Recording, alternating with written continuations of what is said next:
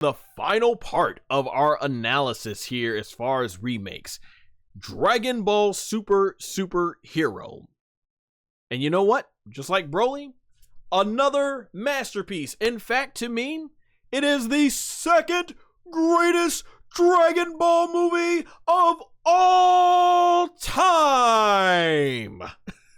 I love this movie. I got issues with it and stuff, and you'll see more of in depth when I had a lengthy, like I said, 3 to 4 hour podcast discussion that I recorded back in 2024 with my homies Rebecca, Lily, Lennox, and Kat, and we go in depth, like 3 to 4 hours of we go in depth 3 to 4 hours of this whole movie and stuff like that. So we broke that down in thorough detail, our issues, and still why the issues still was not enough to not make this a great movie. This movie is phenomenal. This is where they really mastered the CGI.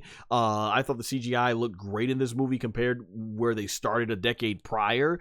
And this movie is so great. It's such a great blend of Toriyama's wonderful sense of humor and the action pack that he can bring. Gohan, Piccolo getting the shine. I love the new forms. It's very nostalgic. It's very nostalgia baity with Cell, Max, and all that stuff. But like I said, I won't go too in depth because that's what the whole Dragon Ball Superhero review. For the purposes of this video, though, it's talking about Dragon Ball Superhero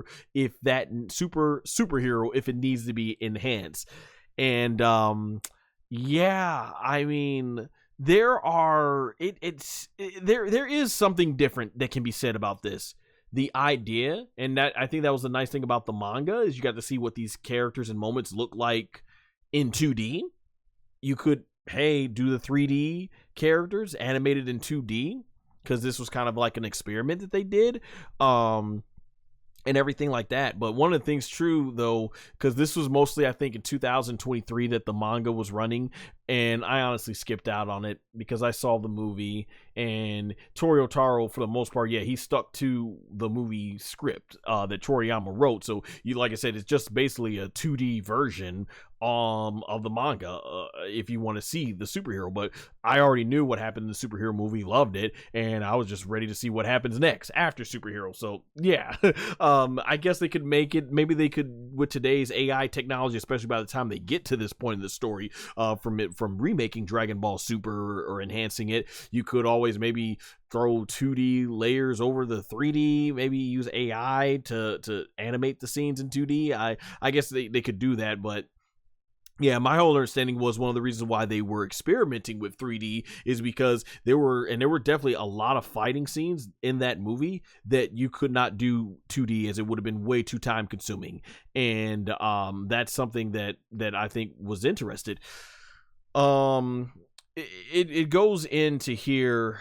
There's something I guess you could see if they want to do that, but obviously there is a bunch of prequel stuff that was made, and I think he even made a Toyotaro, which I haven't read yet. He made a prequel to the prequel stuff, so you can put that stuff in there. I know a lot of people and they are getting uncomfortable, and understandably so, because the Mai and Trunks stuff is getting borderline too much. They're just there, It hasn't gotten to the point from what I've seen where Mai is giving in to Trunks, but at the end of the day, they're kind of pushing the boundaries there.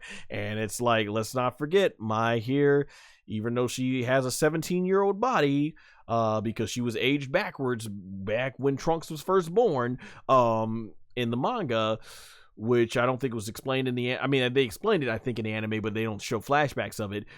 She's still a 40-something-year-old woman in a 17-year-old body. So yeah, that stuff's getting borderline, but that's prequel material that hasn't been animated. And then, of course, in the end with Toyotaro, there is the stuff that gets animated from there. Yeah, there's the stuff that he can animate towards there at the end, and I definitely think that needs to see the light of day. That needs to be animated, because that was Toriyama's final work. The final supervised work that he did, because that's the thing, the moral granola arc and superhero, the moral and granola arc was mostly written by Toyotaro, and Toriyama chimed in with supervision. And then Superhero was mostly written, the movie portion, that was completely written by Toriyama. It's the prequel and the post stuff that happened after the movie portions that were animated, that was Toyotaro and supervised by Toriyama. So yeah, especially to that heartfelt goodbye moment. I think the last thing that Toriyama corrected, one of his last drawings that he may have made before he passed away, was Piccolo looking back at the camera and waving. Of course, Piccolo, I think, was Toriyama's favorite all-time Dragon Ball character. So there's that. We definitely need to get that animated. I think even if they did what they did at the end of Dragon Ball Daima, where you had the feather, because Toriyama's name is like bird, translates to like bird and everything. Bird Mountain, I think. Having like a little feather come behind, flow behind Piccolo when he says goodbye. I think they definitely need to make the most of that shot. And let's not forget Superhero. It gives us Beast Gohan versus Ultra Instinct Goku, and the drawings from Toyotaro was phenomenal in that. We get Broly in his controlled Super Saiyan form, where he went berserk, legendary. I think it's just called full power Super Saiyan.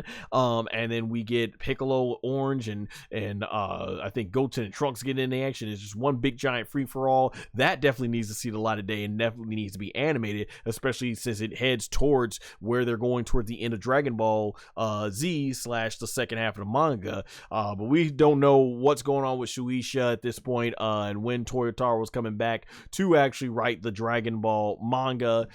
He is involved, I think, on another one. Yeah, he's got a recent one shot that he's doing for the manga. It deals with something like the like some sort of, I think, Dragon Ball toys or something that's coming out, figures and stuff like that.